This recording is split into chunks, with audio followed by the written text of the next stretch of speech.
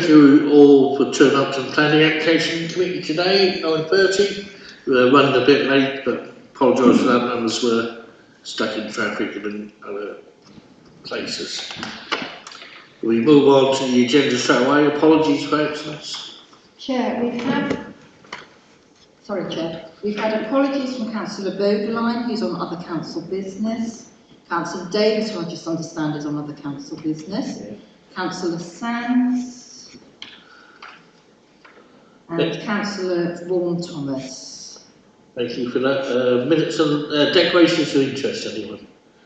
No? Thank you very much. Minutes of the last meeting, do we agree they're quick record for those who are here? Thank you. We move on to planning applications. We've just got one application today. Chair, declaration of interest. We've done it now. Yeah. Let's get down to it. For transparency, you might wish to score. Sorry. I should just say, for transparency reasons, that I have done some casework for one of the objectors.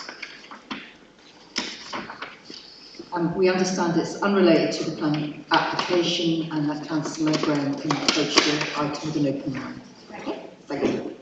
Okay, brilliant. If we ask now to approve our application, text for the report, please, which starts on page 17. Morning everyone. Okay, so today we're going to be talking about a property at 36 Cotman Road. The application is for an upward extension of an existing flat by way of creating dormers in the existing roof. The application site is on Cotman Road and is located here. It's one half of a semi-detached pair of properties. To the rear of the site is a property which has been subdivided from the main plot at some point in the past and provides a separate dwelling on higher ground at the rear. This is a photo of the site from Cotman Road. As you can see, this is the property here, and it is currently symmetrical with its neighbour, the other half of the semi-detached pair. This is a photo along that side track. Can I stop you? Your arrow's not working on the... Oh, sorry. Let me use this. On the screen. Okay. So this is a photo from the side track of the side elevation of the property. So the dormers would be in this roof here. And this is a photo of the rear, again showing the property on the left-hand side here and its neighbour, the other half of the semi-detached pair. Here it currently has some roof lights in the neighbouring property. These are some plans showing the proposed changes. As you can see, there are two small dormers proposed in the front roof slope and one slightly larger dormer proposed in the rear roof slope, along with some roof lights. This is the first floor, and this is the flat which would gain the additional space highlighted in pink. So currently it just occupies this first floor. The proposal is to extend upwards into the roof to provide some additional rooms, with the two dormers at the front proposed just here, and the one dormer to the rear proposed here to provide a stairwell that provides access to that top floor. This is a roof plan showing that in more detail. This is the proposed front elevation. As you can see, these two dormers that are proposed on the front elevation have hipped roofs and are quite traditional in style. We see these dormers used on historic properties quite successfully around the city. On the rear, the proposal is for a flat-roofed dormer that provides that stairwell at the rear. And this is a side elevation showing the roof lights, the flat-roofed dormer and the pitched-roof dormer on the front. And this is just a section. This is a 3D view which might help you visualise the proposals with the two flat-roof dormers on the front and, two pitched roof dormers on the front and a flat roof dormer at the rear. Returning to the photos, I'll whiz through these ones. So this is a photo of the property on the left-hand side here, and this is 36C, which is that property that I highlighted on the map, which is located on quite significantly higher ground at the rear of the site. Moving closer to that property, you can see that there's that it has some large windows looking out towards the subject property, and this is just a view from that site looking down towards the subject property. So the flat roof dormer would be located about here. Concerns that have been raised have focused mainly on overlooking to this property at the rear from this rear dormer, and concerns about overlooking between the two properties have been addressed by a condition that requires the rear windows to be obscure glazed. The other concerns have focused around structural integrity of the building, which is not a matter that needs to affect the planning application, but nevertheless we've done a little bit of digging, and we understand that it appears that a building control surveyor working on behalf of the City Council has visited the site to address those concerns and to require certain works to be carried out to the property. The recommendation is to approve the application subject to the conditions listed in the report. And there's a supplementary report that's been circulated which talks about those issues regarding structural integrity. Thank you, Lara. Any questions to the planning officer?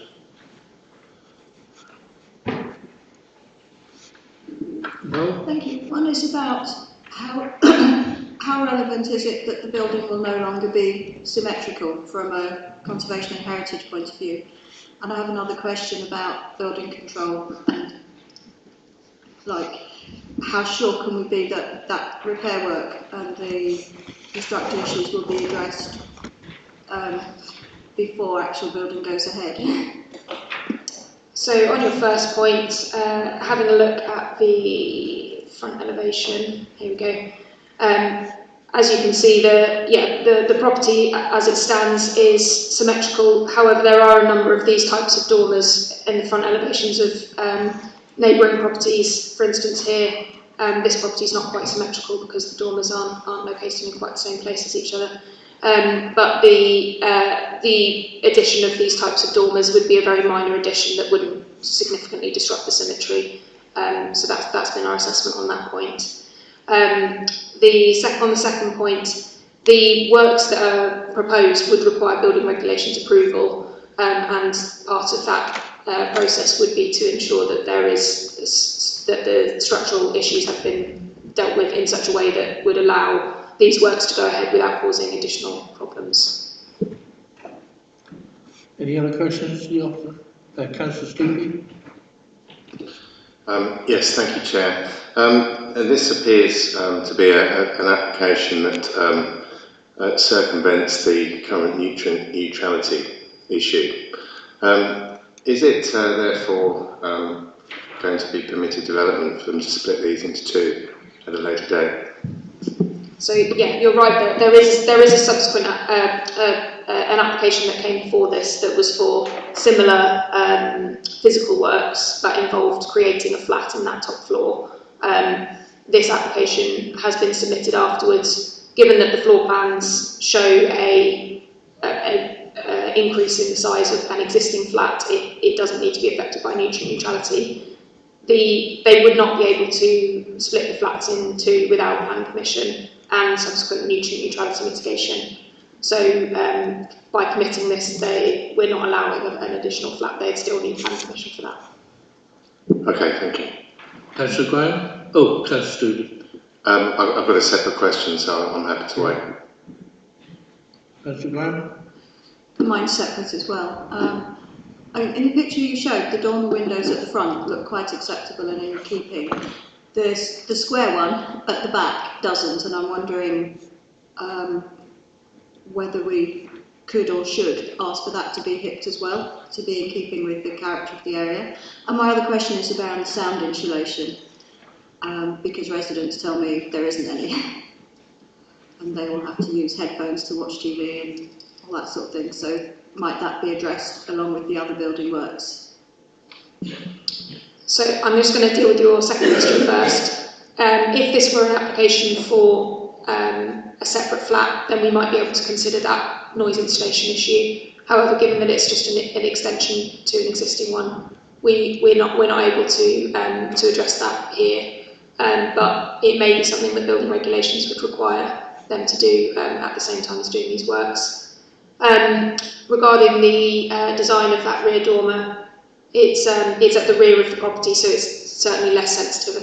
I think everyone would agree that that front elevation is the most important elevation of the building. And given that they need something of that size, making it hipped roof would actually make it bigger, and it may not help really. So it's not something that we've pushed for. Councillor Stooney? Thank you, Chair. Yes, I think the question's probably been covered. I was going to ask about the rear dormer, and you've described it as less than substantial harm. I just wondered how you arrived at that, and at what point would a window of this type constitute substantial harm that you would, for which you would disapprove? Well, that's a perfect segue to David's training later on. He's going to talk about less than substantial harm and substantial harm. In this case, the heritage asset is the conservation area. There's also a non-designated heritage asset, which is the building itself. The harm to the building is certainly less than substantial in this case, because the asset that it's affecting is only going to be very slightly affected by these changes. It's definitely less than substantial harm with the addition of that dormer at the rear. Yes, Sands. Hi, yeah, thanks. Given that you've already not approved for another flat to be there, what's the substantial difference between that application and what we have before us today? So we have a pending application that's for a separate flat within the top floor. That application is on hold because it cannot be approved without mutual neutrality mitigation having been agreed. So that's sitting in a large pile of applications. The difference between these two applications is that the floor plans here show that there's an extension to the existing flat. It's an internal access that provides that flat with additional rooms rather than a separate flat with separate access. By approving this, they would have to accord with those plans, so they wouldn't be able to go ahead and create another flat. Okay, if there's no more questions, we'll move on. The recommendation. Recommendation is to approve, and I'll move that. Can I have a seconder, please? Thank you, Councillor Champion. Move on to discussion. Anyone? Councillor Stooping. Yes, thank you. I'm actually finding it difficult to find a reason to vote against it. I'm not comfortable voting in favour of it. I'd like officers to note the concerns that Councillor Graham raised about soundproofing, because clearly this is going to come back to be split into two flats. And I'd like officers to consider that going forward. I'm going to abstain on this one, thank you. Anyone else? Councillor Graham? Equally, I would like the committee to note the structural issues, the damp, the leaky windows and so on that this flat is going to be built on, so that we give the strongest possible instruction to building control to make sure it passes muster. Okay. No more. Councillor Champion. I'm just working on the assumption that issues raised by Councillor Graham have been highlighted. I would assume that if you were doing a planning application of this nature, that if there was substantial issues within the building, they would have addressed that and it wouldn't have been brought here without it being highlighted in the plans. Am I correct in assuming this? The only thing that we would be able to do in that instance is relay those comments to the applicant and suggest that they make some changes. Given that the works, we can't ask someone to fix an entire building because they're adding dormers to a roof, so it's not something that we have direct control over. But as I've said, building control will do. Okay, if there's no more discussion, we'll go straight to the vote. All those in favour, please show. Chair, that is a recorded vote, and that is all members voting in favour apart from councillors Graham and Stootley. Thank you. All those against? Abstentions? 2. 2 abstentions. Thank you, so For the reasons they gave previously. Yep, and that's been approved. That's the end of the meeting of planning. Thank you.